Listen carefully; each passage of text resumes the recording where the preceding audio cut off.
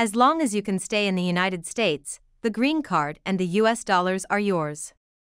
Chow Yuan, a 24-year-old Chinese physics genius, solved a century-old world problem. The United States promised him a sky-high salary, but he said, "All my honors come from in China. Of course you have to return to China after you finish your studies." Chow Yuan is a Chinese physicist who has made important contributions in the field of superconductivity. Superconductivity is a phenomenon in which the resistance of a substance disappears at low temperatures. It has great application potential, but there are some technical difficulties in practical applications. Chow Yuan successfully solved one of the centuries-old problems through his own research work, and made outstanding contributions to the development of superconducting technology. Specifically, Chow Yuan focused on the synthesis and characteristics of high-temperature superconducting materials. High-temperature superconducting materials refer to materials that can exhibit superconducting properties at relatively high temperatures. Through precise synthesis methods and advanced material characterization techniques, he successfully synthesized a series of high-temperature superconducting materials and conducted in-depth studies on their physical properties and superconducting mechanisms. Chow Yuan's research results not only improved people's understanding of high-temperature superconducting phenomena, but also provided an important experimental basis for the application of high-temperature superconducting technology.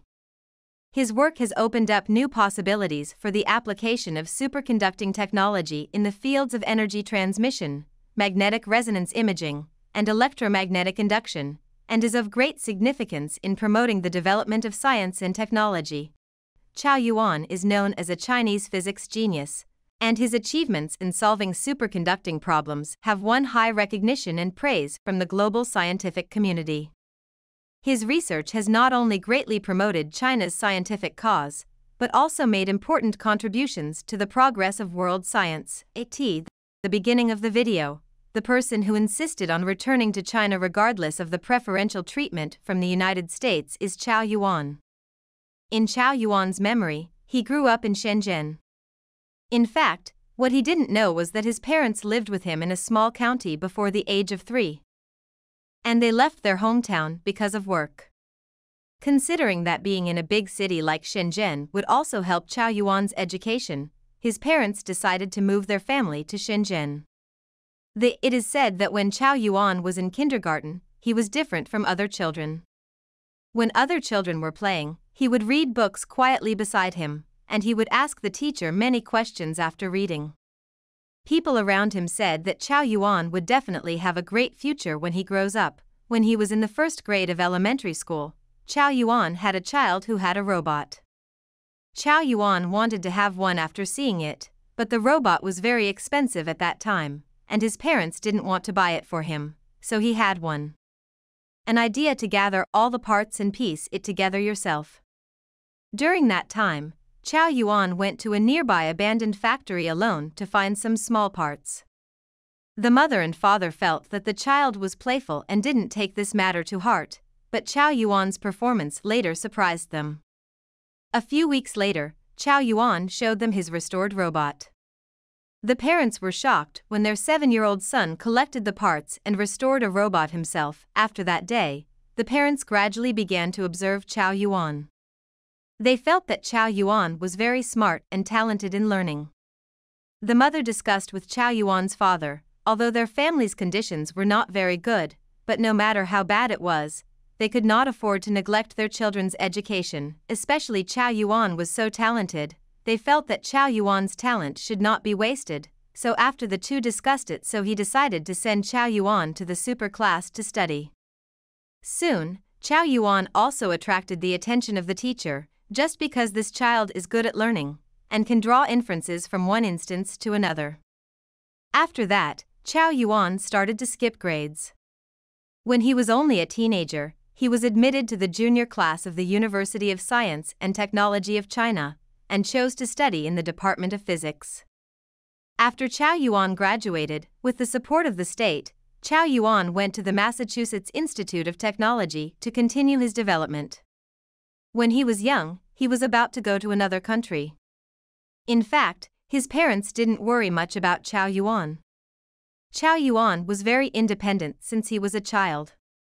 Contribute to the country. With the expectations of his parents, Chow Yuan went to the United States in this way. There, he saw better technology. He broadened his horizons. Under the advice of his mentor, Chow Yuan also decided that he wanted to study graphene.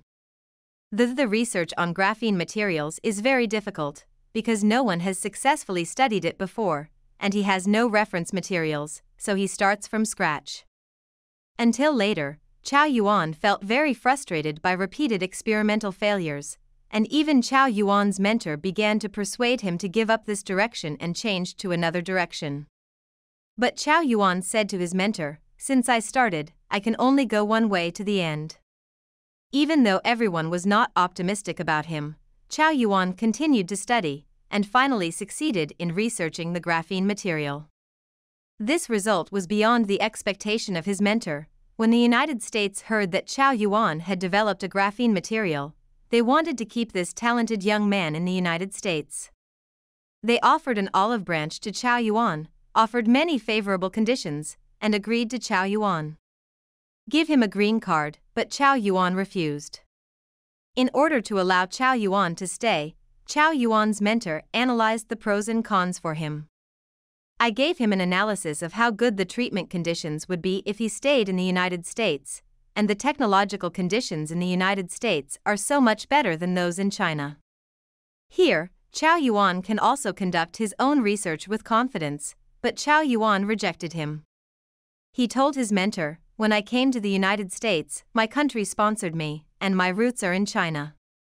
My original intention was to return to the motherland to develop after I finished my studies. How can people forget their original intention?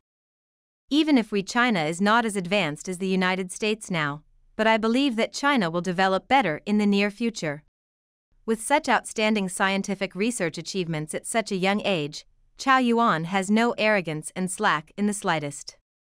He continues to carry out innovative ideas and research on the basis of the original research results.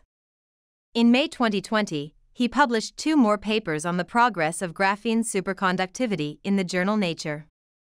In February 2021, his paper was published in the journal Nature again. This time he brought a new research result: 3-layer magic angle graphene superconductivity. This material is superior to the previous double-layer graphene superconductor in terms of electronic properties and structure. The industry said that if the material he researched is applied to the mobile phone battery, the charging time of the mobile phone can be shortened to 10 minutes. This will be a big leap forward in the energy world. Chow Yuan published papers in Nature magazine 5 times in 3 years. Others have been doing scientific research for most of their lives, and they have lost a lot of hair, and their papers have not been published in the Nature magazine. As for him, he was published for the first time at the age of 22, and he was also listed 5 times in 3 years. Some people may say, Chow Yuan is so talented, isn't his success all natural? Indeed, his own scientific talent has brought him greater possibilities for success, but this is not an absolute guarantee.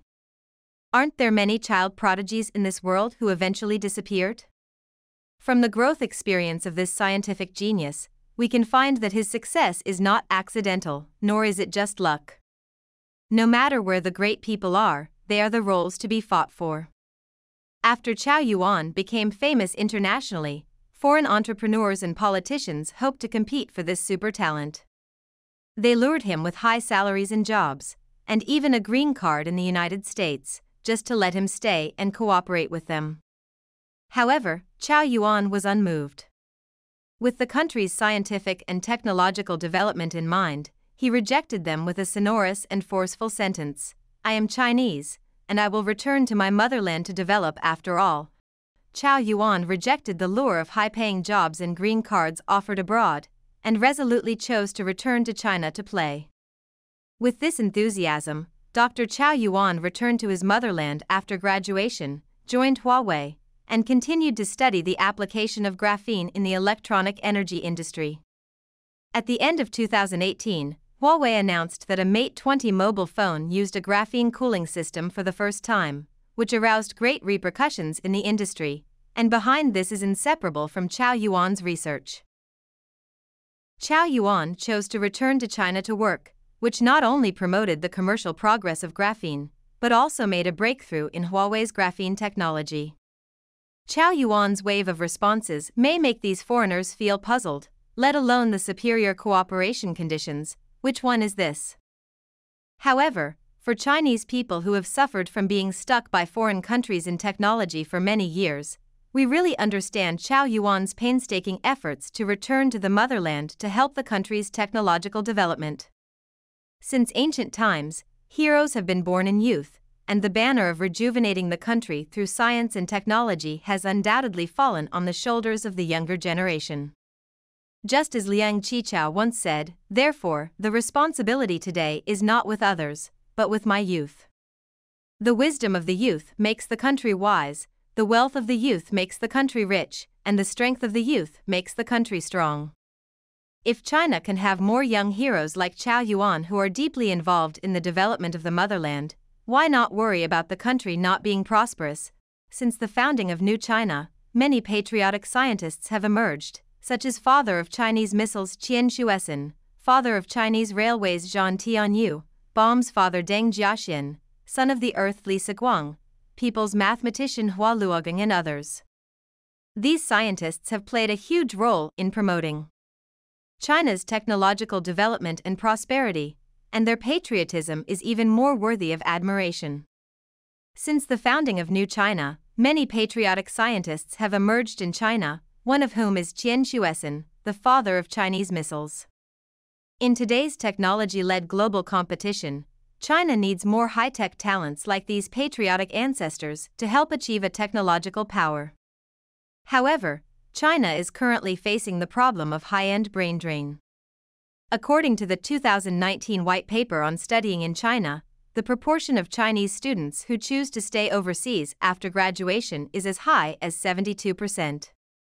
A professor at Renmin University of China once said that over the past few decades, nearly 20,000 Tsinghua University graduates have gone to Silicon Valley in the United States, and 16% of Tsinghua University's top talents are sucked away by Silicon Valley every year. In particular, some talented super talents choose to stay overseas for development, which is undoubtedly a great loss in the process of national development. These include Zhang Wei, Yun Jiwei, Zhu Xinwen, Su Chenyang, the four major mathematical geniuses of Peking University, Yan Ning, the academic goddess of Tsinghua University, and He Biyu, the number one student in the Hunan College entrance examination of Tsinghua University. Chao Yuan, a young post-90s generation, can have the motherland in mind and actively contribute to the country's scientific and technological development. This is the inheritance of patriotic scientists and a good example for the post-90s generation. In today's age of internet development, we can always see many examples on the internet of people who received higher education, went to foreign countries and stayed in foreign countries, and even attacked China in turn. There are many such examples, and there are fewer and fewer people like Chao Yuan. We should also learn from him. No matter when, don't forget where your roots are. We in the motherland share the same breath and share the same destiny.